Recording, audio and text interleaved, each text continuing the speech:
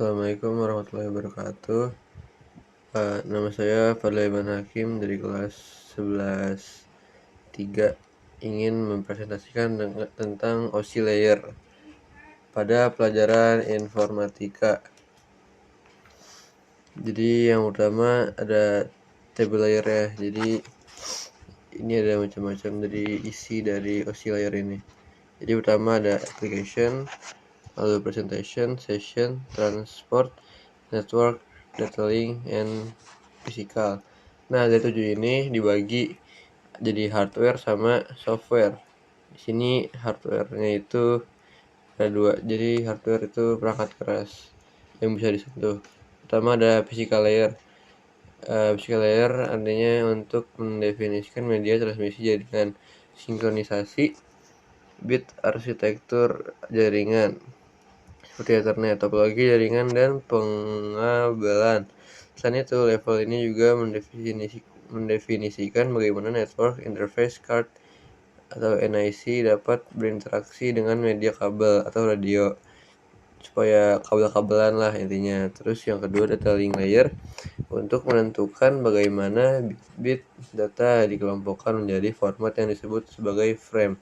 Selain itu, pada level ini terjadi koreksi kesalahan, flow control, pengalaman perangkat keras seperti halnya media akses, kontrol akses, MAC address.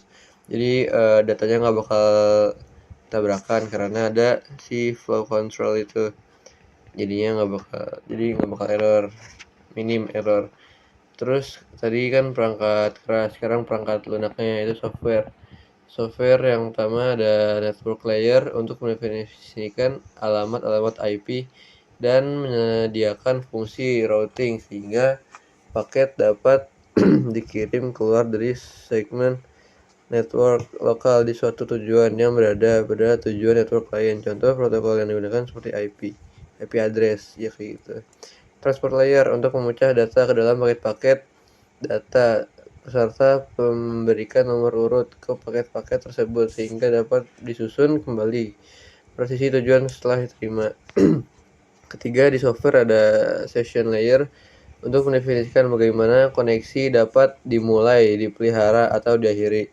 Keempat, ada presentation layer untuk mentranslasikan data yang hendak ditransmisikan oleh aplikasi ke dalam form yang dapat ditransmisikan melalui jaringan. Kelima, di software ada application layer sebagai antarmuka dengan aplikasi dengan fungsionalitas jaringan, mengatur bagaimana aplikasi dapat mengakses jaringan dan kemudian membuat pesan-pesan kesalahan. Terus lanjut ke poin keempat, ada cara kerja masing-masing layer. Pertama, application. Ini berurutan ya dari atas. Pertama, application menyediakan user interface, aplikasinya intinya. Terus presentation untuk menyajikan data dan mengenangani proses seperti enkripsi data. Ketiga, ada session memisahkan data dari berbagai aplikasi. Transport menyediakan reliable atau unreliable delivery dan mencetak error connection sebelum transmisi data. Network menyediakan logical addressing dan menentukan tujuan.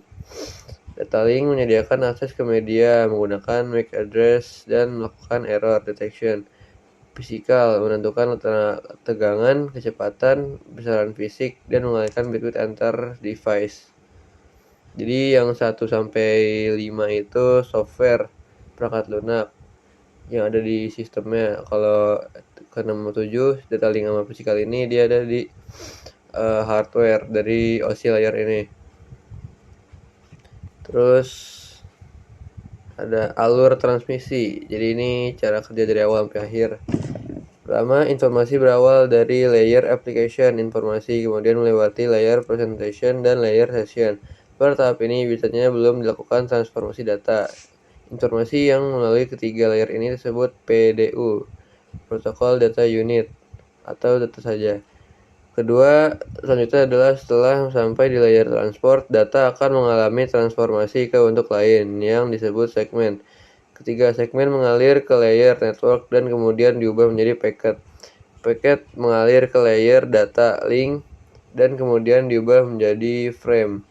Terakhir, frame mengalir ke layer fisikal dan kemudian diubah menjadi bits atau bukan yang terakhir.